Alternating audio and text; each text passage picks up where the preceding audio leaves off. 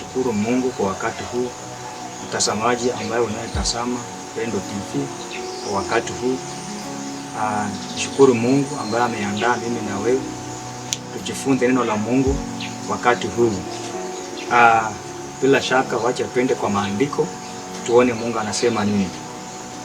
Ni kitabu cha Samueli wa pili, mlango ni wa 9 kuanzia penyewe. Inasema ya kwamba Daudi akauliza, je, hakuna mtu hata mmoja wa nyumba ya Sauli aliyebaki ambaye naweza kumtendea mema kwa ajili ya Jonathan? Basi palikuwepo mtumishi wa nyumba ya Sauli aliyeitwa Siba. Wakamuita aje mbele ya Daudi, naye mfalme akamwambia, wewe ndiwe Siba? Akamjibu, naam, mimi ndiye mtumishi wako.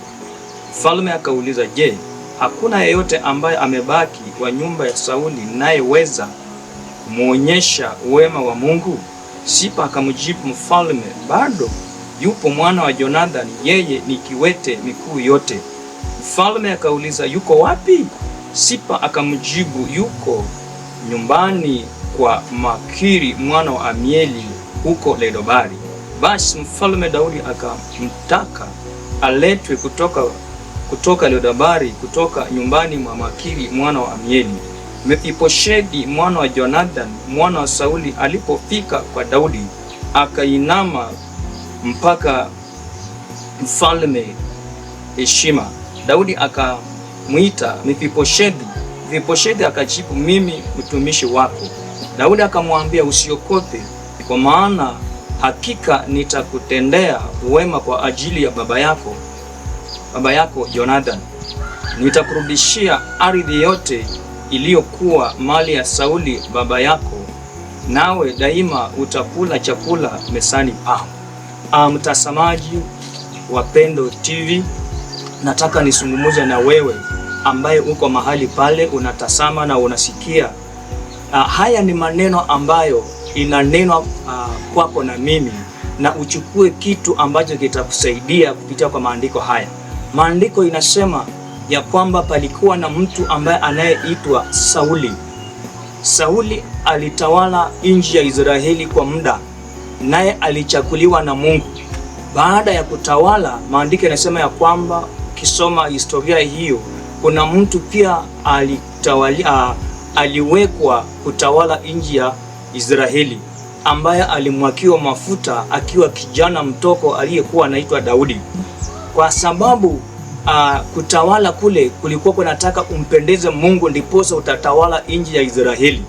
Kwa kutawala kwake Sauli alikuwa anatawala mwanzo akimpendeza Mungu, lakini alipoona ya kwamba kutawala inarudi kwa kazi yake, hakujua kwamba ni kazi ya Mungu, akaanza kutawala na maringo na kuchifuna.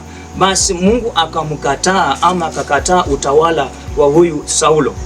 Basi akachinyakulia Daudi katika nyumba ya Yese ili akatawala nchi ya Israeli.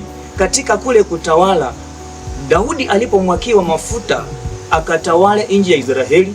Basi Saulo akajua kwamba nimepata, kuna mtu ambaye anataka kuninyang'anya ufalme. Basi Daudi alipokuwa kijana mdogo, Saulo akatafuta njia ambaye anaweza mpata. Basi akatafuta Daudi aje aishi katika nyumba yake. Alipokuja kuishi katika nyumba yake, Daudi alikuwa anapika, alikuwa mwimbaji, ama alikuwa anachezea Mungu usiku na mchana, alikuwa na moyo wa kutafuta Mungu. Saulo akatafuta njia yenye anaweza kuangamiza ama kuua Daudi. Naye Saulo alikuwa na mwana ambaye alikuwa anaitwa Jonathan. Jonathan alikuwa rafiki wa Daudi sana wa zaidi. Saulo anakuja kuwa adui wa Daudi, na Saulo ako na mwana ambaye anaitwa Jonathan. Kwa hivyo mwana ama mtoto wa Daudi, mtoto wa Saulo, huyu alikuwa rafiki wa Daudi. Sitaki kuenda kwa story mingi, but nasema ya kwamba katika kule kutawala, Saulo alifika mahali na akakufa pamoja na familia yake na wanajeshi wengine wa nchi ya Israeli. Baada ya Saulo kukufa, Daudi akaanza kutawala sasa nchi ya Israeli. Na kule kutawala, Daudi alikuwa anatawala akijua kwamba hii kazi ya kutawala nchi ya Israeli si kazi yangu. Yafaa niwapendeze wale ambao ninawatawala, yafaa niwapendeze wale ambao wako chini yangu, ni yafaa nipendeze yule ambaye aliyeniweka akiwa ni Mungu, maana Mungu ndiye aliyenichagua nikatawale nchi ya Israeli.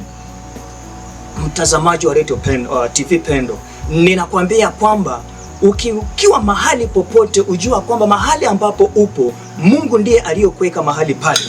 Daudi alipogundua kwamba Mungu ndiye aliyemweka mahali pale, na akajua kwamba yafaa nifanye kitu kwa kutawala huu, yafaa nifanye kitu, basi moyo wake ukaanza kufikiria kwamba kuna mtu yeyote aliyebaki katika nyumba ya Sauli amtendee mema ya Mungu. Basi akamwita mfanyakazi wake ambaye alikuwa anaitwa Siba, na akamuuliza kwamba kunaye mtu ambaye amebaki katika nyumba ya Sauli, niweze kumtendea mema ya Bwana ama mema ya Mungu. Inakwambia kwamba kuna ukiishi, ukitazama, ukikumbuka, ukiwaza kwamba kuna Mungu, hatua nyingine utasonga. Zipa alimwambia kwamba kunaye mwana wa Daudi anaishi kule Lodebari na ni kiwete wa miguu yote. Daudi akasema ya kwamba nendeni mkamlete. Basi wakaenda wakamleta mwana wa Jonathan ambaye anayeitwa Mefiboshethi. Mefiboshethi alipofika mbele ya Daudi, alipika jini makoti. Daudi akamuuliza kwamba wewe ndiye Mefiboshethi? Naye akasema ndiye, mimi Mefiboshethi, mtoto wa Jonathan. Na ukumbuke ya kwamba Daudi na Jonathan walikuwa marafiki. Kwa hivyo huyu Mefiboshethi ni mtoto wa rafiki yake ambaye alikuwa anaitwa Jonathan. Basi akamwambia Mefiboshethi ya kwamba kuanzia leo nitakurudishia mashamba yaliyokuwa ya baba yako, yaliyokuwa ya babo yako, na kuanzia sasa hivi utakula mezani pangu. Na ukumbuke mtazamaji wa Pendo TV ya kwamba walipouliza kwamba kunaye mtu ambaye amesalia, walimjibu ya kwamba kunaye mtoto ya Jonathan ambaye anaitwa Mefiboshethi, lakini yeye ni kiwete wa miguu yote. Daudi alijua kwamba hata kama ni kiwete, sitaki kujua, nataka aletwe hapa nimfanyie mema ya Mungu. Mema ya Mungu haiangalii sura, mavazi na hata ulemavu. Wema wa Mungu unaangalia ndani ya moyo. Kwa hivyo Mefiboshethi alipoletwa mbele za Daudi, alimwambia nitakurudishia mali, nitakurudishia shamba, kuanzia leo utakula mezani pangu. Mefiboshethi alikuwa anaishi kwa wenyewe. Wakati wa vita ambazo zilikuwa zinapikwana kule Israeli, kuna mfanyakazi ambaye alikuwa anakimbia na Mefiboshethi akiwa mtoto mdogo, na akaanguka pamoja na yeye. Kwa hivyo Mefiboshethi akavunjika miguu. Analetwa mbele za mfalme ambaye ni Daudi akiwa kiwete. Mtazamaji, kiwete analetwa mbele za mfalme wa Israeli ambaye ni Daudi. Daudi hakuangalia miguu, hakuangalia zura. Alikumbuka ya kwamba yafaa nimtendee mema kwa sababu ya Mungu. Mtazamaji, Mefiboshethi mahali ambapo alikuwa anaishi mahali pa wenyewe. Alikuwa anaishi kwa boma la wenyewe, na ukiishi kwa wenyewe unajua mambo ambayo unapitia. Mefiboshethi ni kiwete, tena anaishi kwa wenyewe, lakini Mungu anamtoa sasa kule, anamrudisha kwao ambaye alikuwa amesaliwa sasa kupitia kwa Mungu ndani ya nani? Ya Daudi. Daudi akamwambia kwamba utakula mezani pangu, kile ambacho nitakuwa ninakula, kile ambacho nitakuwa ninakunywa, pia wewe Mefiboshethi utakunywa. Mefiboshethi utakula, Mefiboshethi utakaa, maana baba yako alikuwa rafiki yangu. Mtazamaji, ninakuambia kwamba popote ulipo, tafuta urafiki na mwenzako. Utakapotafuta urafiki na mwenzako, siku nyingine watoto wako, wajukuu wako, ama wewe mwenyewe utapita mahali ama utainuliwa kwa sababu ya urafiki. Daudi hakuangalia kwamba Sauli alikuwa anataka kumuua, achukie mtoto wake ambaye ni Jonathan, lakini aliendelea kumpenda huyu Jonathan, akampenda zaidi wa sana. Kuna wengine ambao wanachukua wengine, ukiona ya kwamba huyu ni adui yangu na unamchukia sana, lakini ukiangalia naye Daudi anaona kwamba huyu alikuwa ni adui wangu, lakini hata kama alikuwa adui wangu, na mimi ninampenda zaidi wa sana. Mtazamaji wa TV Pendo, ninakuhimiza kwamba mahali ambapo upo, tafuta urafiki na wengine. Utakapotafuta urafiki na wengine, kuna mahali ambapo utasonga. Maana unajua kwamba huyu Daudi alipopendana na Jonathani na alikuwa adui wa Saulo, hakuangalia kwamba walikuwa maadui, bali aliangalia ya kwamba kilicho ndani mwake ni nini. Daudi alikuwa anamcha Mungu usiku na mchana, alikuwa anamuomba usiku na mchana, alikuwa anatafuta kumpendeza Mungu. Kwa hivyo ninakuambia mtazamaji wa TV Pendo ya kwamba tafuta urafiki na mwenzako. Angalia ambaye unayekaa na yeye, ambaye unatembea na yeye, ambaye unaishi na yeye, mkae na amani. Utakapokaa na amani, siku nyingine huo urafiki utasongesha watoto wako mahali pengine, utasongesha wachukuu wako mahali pengine. Mtazamaji wa Pendo TV, ninakuhimiza ya kwamba hata kama wewe familia yako ni masikini, haijalishi ya kwamba ni masikini, hata familia yako ikiwa ni tajiri, haijalishi, tafuta Mungu. Maana Daudi alipotafuta Mungu, Mungu akamshukia, akaingia ndani mwake, akauliza ya kwamba kuna aliyesalia katika nyumba ya Sauli nimpate kumtendea mema ya Mungu. Basi walipomwambia kwamba kunaye Mefiboshethi, akaita Mefiboshethi, akakuja akampatia vile vyote ambavyo vilikuwa amenyang'anywa. Na Mefiboshethi pia alikuwa yeye ni mlemavu wa miguu. Ninakwambia kwamba ninakutia moyo, wakati ambapo unataka kubarikiwa, Mungu hataangalia kwa sura yako, hataangalia wewe kwa mavazi yako, hataangalia kwa familia yako, hataangalia kwa umasikini wako, ataangalia ndani ya moyo wako, na utasonga hatua nyingine, utabarikiwa. Hata kama nyumba yenu ama familia yenu hamuna nyumba ya kukaa ya amani, ama hamuna nyumba ambayo ni ya jiwe ama ni ya permanent, ninakwambia kwamba endelea kumtafuta Mungu, naye Mungu atakusongesha hatua nyingine. Hebu just imagine ya kwamba Mefiboshethi alikuwa kiwete, lakini anaitwa katika nyumba ya kifahari ni ya mfalme, anaanza kukula na kukunywa na mfalme. Haikujalisha ya kwamba alitoka umasikini ama ni kiwete, aliitwa kwa neema ya Mungu na akatolewa mahali alipo. Ninakwambia kwamba siku ya leo, mahali ambapo upo, Mungu anakuona, anakutazama. Wala ambao wanakuongelelea, Mungu anawasikia. Ninajua kwamba kuna watu ambao walikuwa wanaongea kwa Mefiboshethi ya kwamba yeye ni kiwete na anaishi kwa wenyewe. Haikujalisha ataishi kwa muda gani, siku ambayo ilipofika na akatolewa mahali mazingira ambayo alikuwa anasumbukana, akaweka katika nyumba ya kifahari na akaanza kukula na kukunywa, akaenjoy maisha, maana alikuwa anamtafuta Mungu hata vile alikuwa anasumbukana mahali ambapo alikuwa anaishi. Ninakutia moyo mahali ambapo upo, endelea kumtafuta huyu Yesu, endelea kumtafuta Mungu, naye atakutoa mahali ambapo upo. Hata kama uko na magonjwa, haijalishi ni magonjwa aina gani, kunaye Mungu atakutoa kwa hiyo magonjwa. Angalia huyu Mefiboshethi ni kiwete, lakini anatolewa mahali ambapo alikuwa, analetwa katika nyumba ya kifahari ya mfalme, ambaye ni mfalme alikuwa anatawala nchi ya Israeli.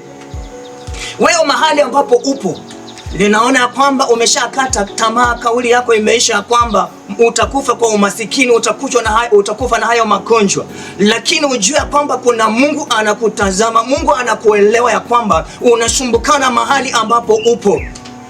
Ninakutia moyo ya kwamba usisumbukane ya kwamba utakufa hivyo. Tafuta Mungu, muombe Mungu, atakutoa katika yale mazingira, atakuwa katika mazingira ambayo Mungu alimweka huyo Mefiboshethi. Mefiboshethi alisumbukana kwa wenyewe, lakini kumbe tulikuwa na Mungu anamtazama, Mungu alikuwa anamuelewa. Mungu anakuelewa mpendwa mahali ulipo, Mungu anakujua mahali ambapo upo, shida ambayo unapitia, hata kama ni ya shamba, ni magonjwa, kazi hauna, Mungu anajua kwamba wewe hauna kazi. Mungu anajua kwamba wewe hauna mke. Mungu anajua kwamba wewe hauna mtoto, lakini kuna siku ambayo Mungu ameandaa, utapata mtoto, utapata nyumba, utapata shamba, ama utaolewa na utaoa. Mungu anakuelewa, anakujua vizuri kuliko wewe mwenyewe kujijua. Amekupangia mambo makubwa mema mbele yako, vile alipopangia Mefiboshethi kule mbele na akamtoa mahali ambapo alikuwa, akamleta katika meza ya kifahari. Mefiboshethi akaanza kukula, Mefiboshethi akaanza kukunywa. Mefiboshethi akalala vizuri pamoja na nyumba yake. Siku ya leo ninakwambia kwamba mahali ambapo unahangaika, tafuta huyu Yesu, atakutoa siku moja mahali ambapo upo. Hata kama wanakucheka, uache wakucheke, hawajui kwamba Mungu amekupangia nini. Hata kama wamekudharau, hawajui kwamba Mungu amekupangia nini. Uache wakudharau, uache wakutenge, lakini Mungu hajakudharau, Mungu hajakutenga, yuko pamoja na wewe. Angalia huyu Mefiboshethi, mtazamaji, hakuwa na miguu, hakuwa anatembea, lakini analetwa katika nyumba ya kifahari. Anarudishiwa mashamba ambayo ilikuwa amenyang'anywa. Anawekwa katika nyumba ambayo kuna kila kitu cha kukula na kuna mahali pa kulala, mahali pazuri.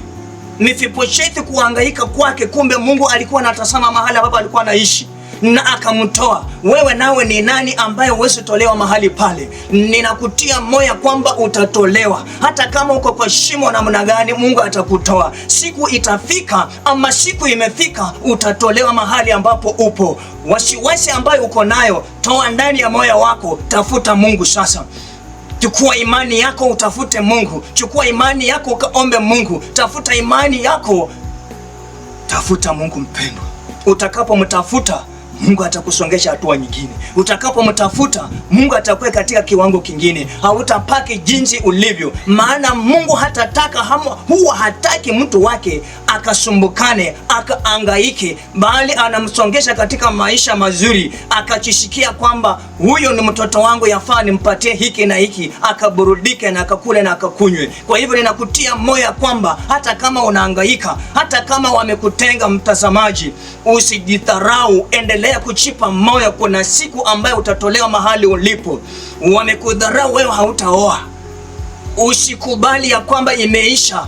Jua ya kwamba kuna siku ambayo utaoa. Wamekudharau ya kwamba hautaoleka, usidharau ya kwamba hautaoleka. Kuna siku ambayo Mungu amekuandalia mume wako na utaoleka, utakaa katika nyumba ya kifahari jinsi Mefiboshethi alikaa katika nyumba ya kifahari.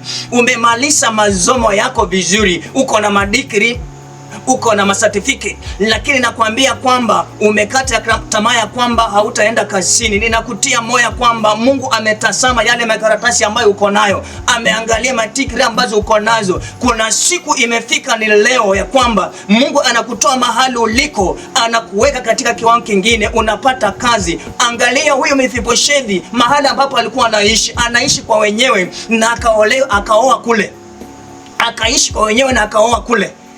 Kwa hivyo pia yeye alikuwa anajua kwamba Mungu ameniacha, lakini kwa imani ya Mungu akatolewa mahali ambapo alikuwa. Kwa hivyo ninakutia moyo kwamba pia wewe utatolewa mahali ambapo upo. Hata kama unasumbukana, hata kama uko na magonjwa, hata kama wamekutenga kwa familia yako, hawakusaidii.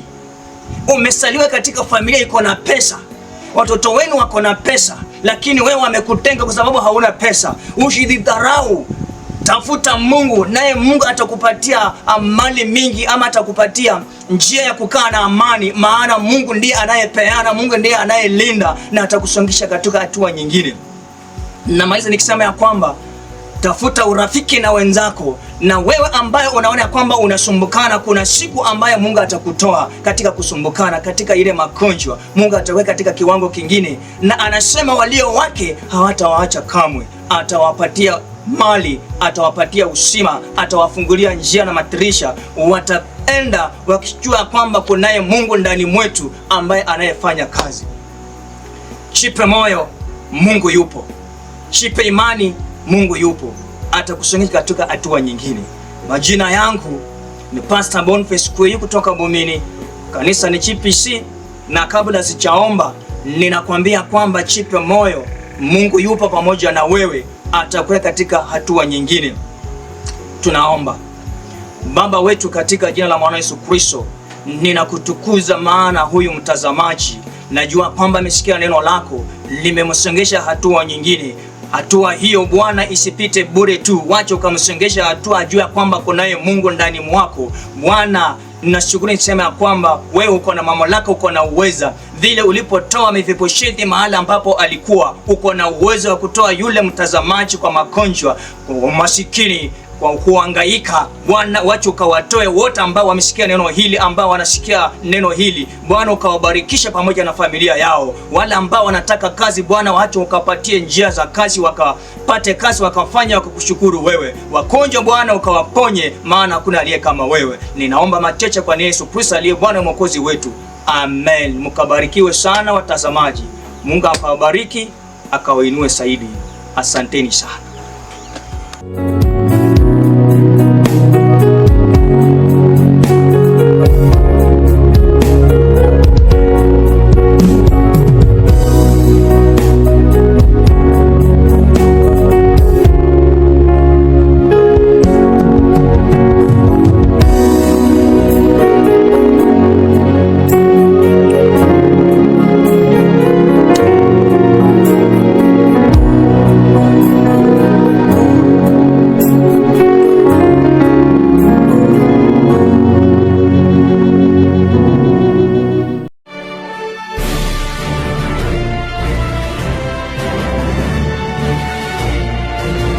Pendo TV, furaha kwa jamii.